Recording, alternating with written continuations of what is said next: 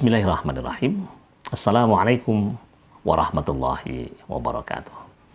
Alhamdulillahirabbil alamin wassalatu wassalamu ala asyrafil anbiya wal mursalin wa ala alihi wa ashabihi ajmain. Wa ba'd. Alhamdulillah para mahasiswa sekalian, mudah-mudahan Allah senantiasa memberikan kesehatan kepada kita sekalian, dan kesehatan yang Allah berikan bisa kita daya gunakan untuk kemaslahatan insyaallah.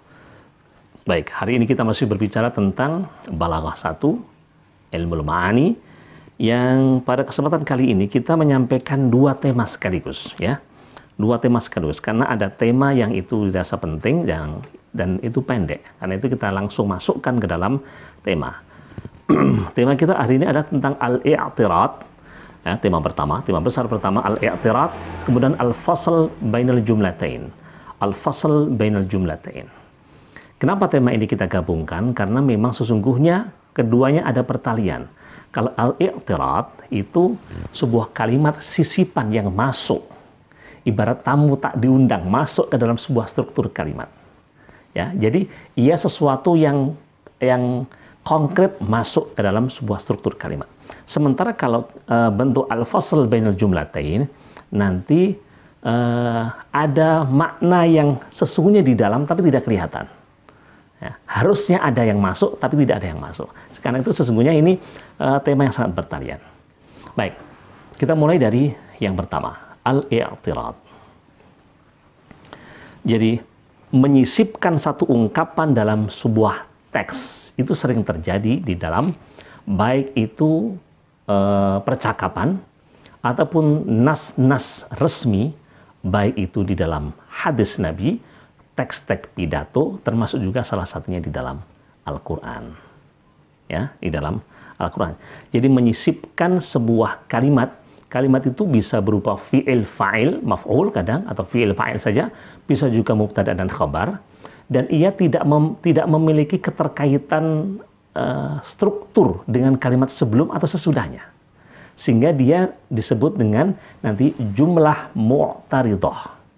Jumlah mu'taridah. Karena itu tema kita ada al-i'tirad, karena ada jumlah mu'taridah, sebuah kalimat yang terpisah secara struktur, tidak ada kaitan dengan kata sebelumnya atau kata sesudahnya. Baik. Kalau kita melihat, kita dalam pembicaraan saja atau dalam hadis Nabi kita mengatakan, ya, qala an-nabiyyu sallallahu alaihi wasallam bunyal islamu ala khamsin. Misalnya, qala Nabi ini kan fi'il dan fa'il. Fi'il dan fa'il. Qala Nabi fi'il dan fa'il. Lalu ditambah dengan sallallahu alaihi wasallam. Kata sallallahu alaihi wasallam itu tidak ada kaitannya dengan qala Nabi. Ya. Dia adalah sebuah kalimat jumlah tambahan sebagai bentuk doa ketika disebutkan nama Nabi atau Muhammad. Qala Nabi sallallahu alaihi wasallam. Ia disebut dengan jumlah mu'taridah. Kadang-kadang kita juga kalau berbicara juga ada sisipan kalimat. Ketika kita berbicara tentang sesuatu yang kita tidak ingin sesuatu itu terjadi. Para mahasiswa sekalian, ya, andai kata di antara mahasiswa ada yang terkena COVID-19, naudzubillah, maka kita harus segera rujuk ke dokter. Coba kita ulangi. Andai kata di antara mahasiswa ada yang terpapar COVID-19, naudzubillah, maka saudara harus segera rujuk ke dokter. Kata naudzubillah, artinya kan kita berlindung kepada Allah. Itu tidak ada kaitan secara struktur antara kalimat sebelumnya. Andai kata ada mahasiswa yang terpapar COVID-19, tidak ada kaitannya dengan naudzubillah tadi. Nah, jadi apabila, maka inilah jumlah fi'il syarat dan jawab syarat. Tengah-tengahnya itu namanya tambahan. Nah, maka di dalam Al-Quran pun juga banyak seperti itu. Nanti silakan mahasiswa bisa melihat salah satunya di dalam surah Al-Baqarah ayat 24. Tentang tantangan Al-Quran terhadap orang kafir agar membuat satu surat semisal Al-Quran. Ya. فَإِلَّمْ تَفْعَلُوا وَلَنْ تَفْعَلُوا فَاتَّقُوا النَّارَ الَّتِي وَقُودُهَا النَّاسُ وَالْحِجَارَةُ. Fa illam taf'alu wa lan taf'alu fattaqun narul lati waquduhan nasu wal hijarah. Kalau kamu tidak bisa melakukan, dan pasti kamu tidak bisa melakukan, ya, maka takutlah terhadap neraka yang bahan bakarnya adalah manusia dan batu. Ayat ini kan ada jumlah muqtaridah, jumlah sisipan. Apa itu? Walan taf'alu. Ini kan mestinya kan jumlah syartiyah. Fa illam taf'alu fattaqun nar. Kalau kamu tidak bisa melakukan, maka takutlah neraka. Maka kata walan taf'alu itu sisipan. Itu namanya jumlah mu'taridah.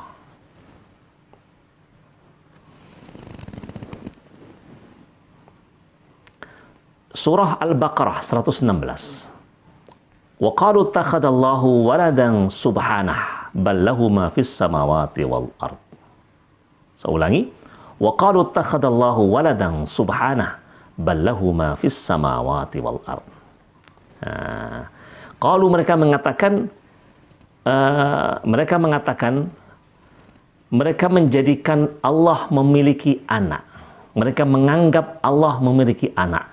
Lalu ditambah dengan kalimat sisipan di dalamnya, subhanallah. Kok bisa kayak gitu ya orang mengatakan? Nah gitu ya. Maka subhanah itu sama dengan subhanallah. Ballahu ma fis samawati wal ard. Jadi kalimat ini kalau tanpa ada sisipan maka qalu takhadallahu waladan bal lahu ma fis samawati wal ard. Mereka menjadikan Allah itu, menganggap Allah itu memiliki anak, padahal baginya apa yang ada di langit dan di bumi. Seperti itu. Maka kata subhanah sama dengan subhanallah itu adalah sisipan. Seperti tadi kata-kata tadi ketika ada musibah, hari ini ada 15 orang terpapar COVID, na'udzubillah, dan akan kita rujuk ke rumah sakit umum Ponorogo. Misalnya, kata na'udzubillah itu kata sisipan. Nah, seperti itulah para mahasiswa sekalian, di antara bentuk jumlah mu'taridah atau tema kita tentang al-i'tirad. Jadi ada struktur baik itu fi'il fa'il ataukah mubtada khobar yang masuk menyisip dalam sebuah konteks kalimat tertentu. Baik, kita lanjutkan. Tema besar kita yang kedua adalah al-fasl bainal jumlatain. Al-fasl bainal jumlatain. Ya.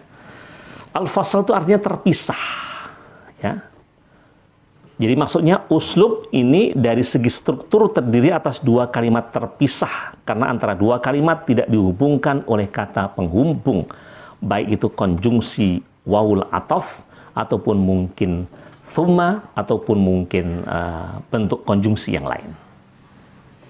Ingat, di dalam sebuah kalimat dalam bahasa Arab itu kan kalimat itu sesungguhnya bisa selesai. Ya. Selesainya adalah ketika nanti strukturnya itu selesai dan ketika memulainya diawali dengan huruf-huruf pembuka. Kalau di dalam ayat Al-Quran dan itu ayatnya belum selesai, karena di dalam satu ayat bisa saja terdiri dari dua kalimat. Tetapi ketika dua kalimat itu tidak disisipi dengan konjungsi wa atau thumma dan seterusnya, atau bentuk sisipan yang lain, maka sesungguhnya itu yang disebut dengan fasal.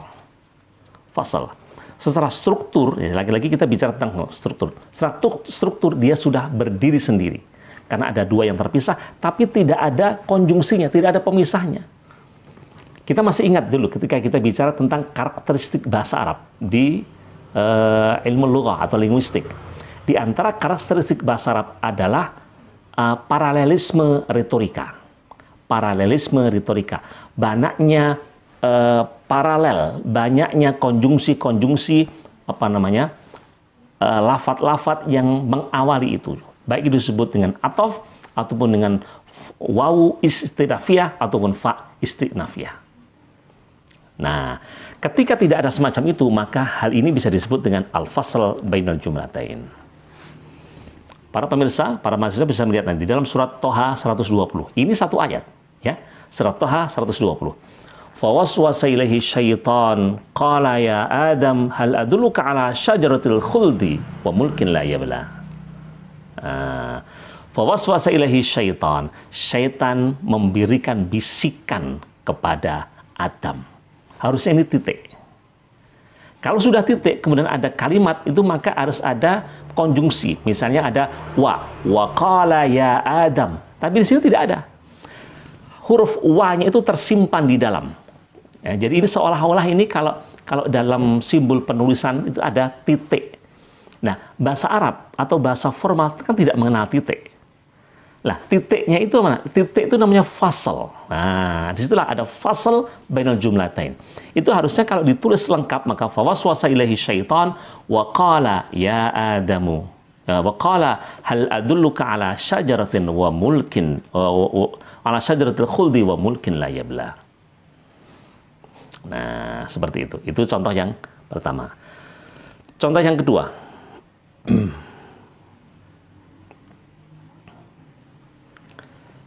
Yasumunakum su'al adzab yudzabbihuna abna'akum wa yastahyuna nisa'akum. Suratul Baqarah ayat 49. Ya. Fir'aun itu menimpakan siksa yang pedih kepada mereka. Terus harusnya itu wa yudzabbihuna abna'akum. Harusnya begitu. Kenapa kok harusnya? Maksudnya harusnya itu kelaziman dalam tata qawaid bahasa Arab. Kelazimannya begitu. Kalau ada struktur itu sudah memulai, maka harus ada konjungsinya. Wa yudzabbihun. Tapi karena ini Al-Quran, kita tidak mungkin menyalahkan.